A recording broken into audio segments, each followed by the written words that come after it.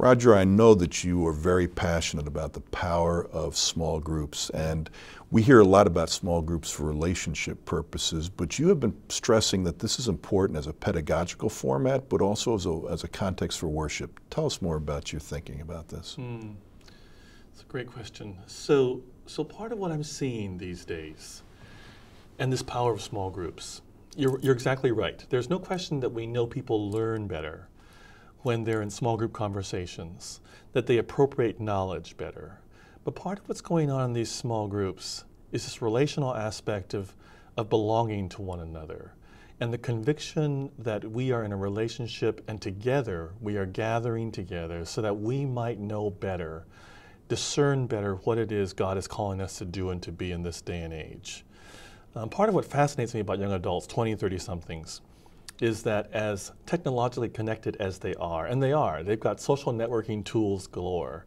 They've got many ways to connect themselves to other people.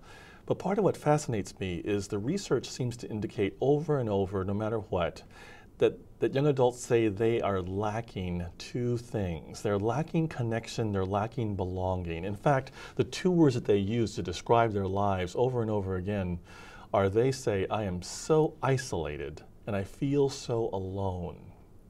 Well, it seems to me that part of what has to happen for us is that we gather in relational communities that really can only happen in these small group settings. I was doing some research, I told you about this, among some of the mega churches that have these huge seeker-friendly services where they're gathering thousands of young adults together every Sunday.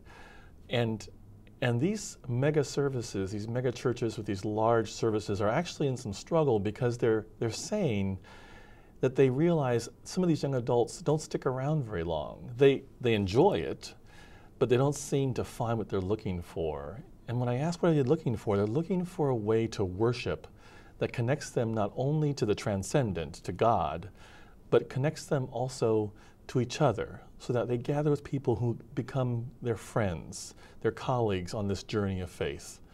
So part of what I'm seeing in the emergent church conversation is congregations of maybe 60, 70, upwards of 100 people that may meet in a warehouse, or in one congregation where I'm worshiping in Atlanta in the back of a coffee house on a Sunday late morning.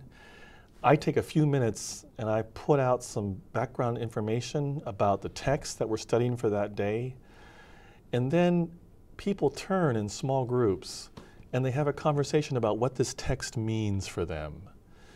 And then in these small groups of 12 or 14, after a while we call each other back to a larger group of 60 or 70, and they begin to share as a whole community what the Holy Spirit is saying to them in these days.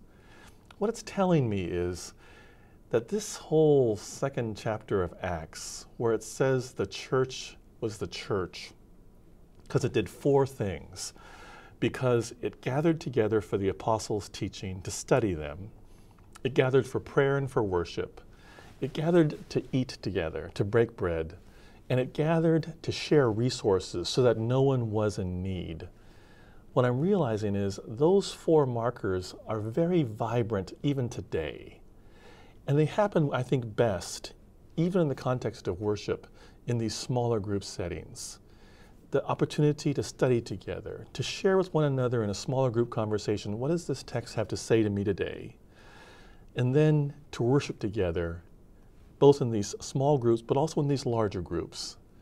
And then to break bread together, to share a meal, and then to share resources with one another so that no one's in need.